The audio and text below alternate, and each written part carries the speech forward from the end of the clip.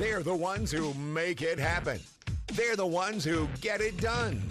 And that's why we shine the spotlight on them on Business for Breakfast.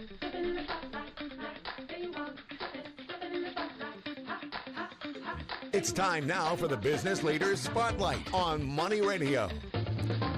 Oh, it is that time of the week once again, every Monday, Wednesday, and Friday at 7:35. We sit down and visit with some of the Valley's business leaders, people, making a difference and getting it done right here in our own backyard. And our next guest is doing just that. In fact, she got started at a very young age, has an unbelievable program called Dream Catchers, Realizing Yesterday's Dreams Today, and it is run by Caitlin Cromit, and she joins us in studio as our Business Leader Spotlight. Good morning, Caitlin. How are you? Good morning. I'm great. Thank you. Well, I appreciate you coming down. This is going to be fun, telling everyone about Dream Catchers.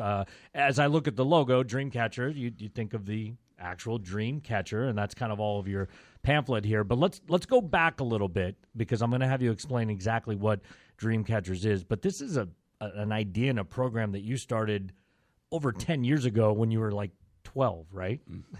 Yeah, the idea kind of started when I was 12. The actual program I got started when I was 15.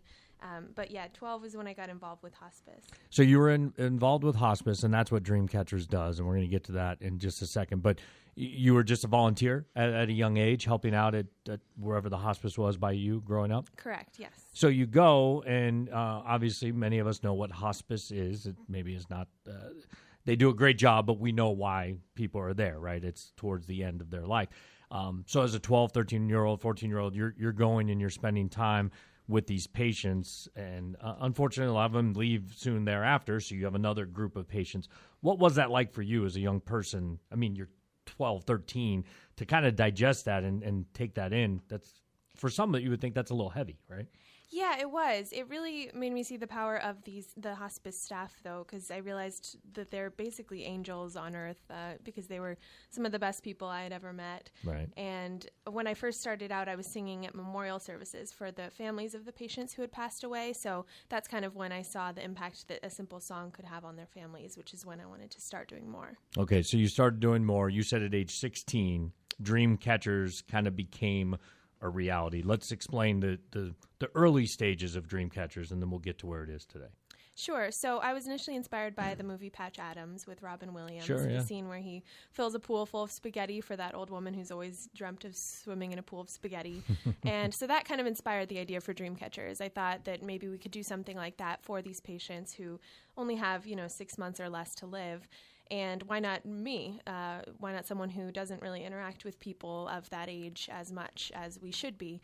So I just started out at my high school. I connected with my local hospice in this way, and basically started asking around, seeing if any of the patients had any last dreams or last experiences that they wanted to do one more time. And that's kind of how it began. It was just me doing these for a couple patients here and there before it started spreading throughout my friend group and my school. That is great. We are visiting with Caitlin Cromit. She is the founder of Dream Catchers, which is a great organization that puts dreams into action. So you're 16 years old and someone says, yeah, my dream is to swim in a pool of spaghetti, or maybe that wasn't it, but I mean, these take funds, right, to make these dreams come true. So when did you kind of realize, okay, I need to make this bigger as I start helping more and more people?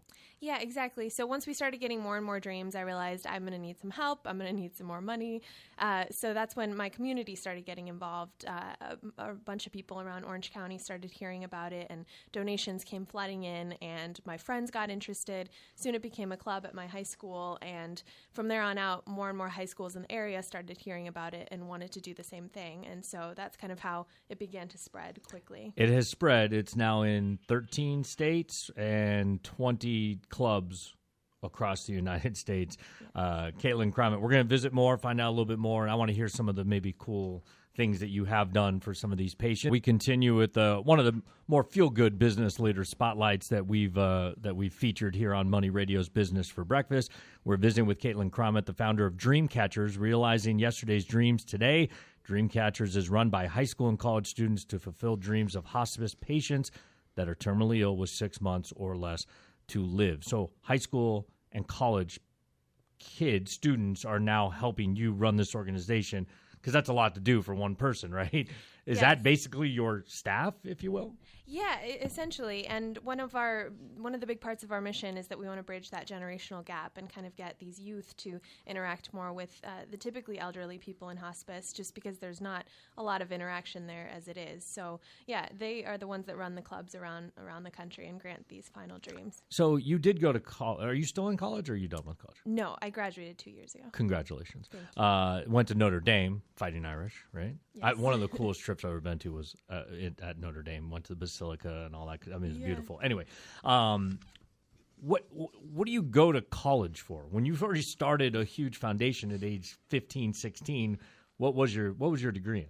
It was in business entrepreneurship. Okay. So it was to kind of gain the skills of spreading it even bigger and making it into a more, sustainable nonprofit. What's your goal? I mean, you're in 13 states, 20 different clubs. Is it every state? I mean, is that the end result? Yeah, basically we want anyone who is on hospice that might potentially have a dream to be able to get their dream fulfilled. So we want to be in every state around the country, which is why we just brought on our new executive director, Ashley, and hopefully we can become eventually as big as Make-A-Wish Foundation. That is great. Are there ever, and I say this just because some people can get crazy with their requests, is there ever a request where you're like, we can't do that? Like, I'm sure that's happened, right? We've had a couple where sometimes the hospice patients are too sick to travel and maybe Right. they want to go to Hawaii or something. So in instances like that, we try and get the kids to think more imaginatively and come up with some way to bring Hawaii to the patient. So they'll bring, sand to their room Sure. and palm trees. And Or what we things talked like about off air with the drone stuff. That's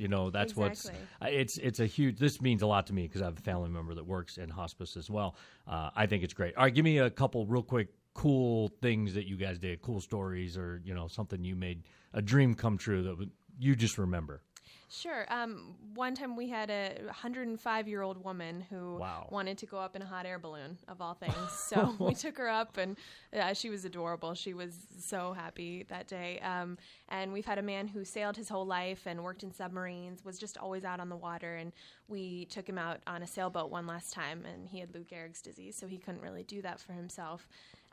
We've had a lot of family reunions, and we've had one where the kids brought an entire beach scene to a man who just wanted to go to the beach one last time and enjoy kind of a tropical paradise. So the kids decorated the windows with palm trees, and it was really cute. So you feel good about yourself every day. I mean, you should, because you're helping people, and these people that are getting the help, you give them that. I don't want to make it too not one last smile, but it's something that they'll.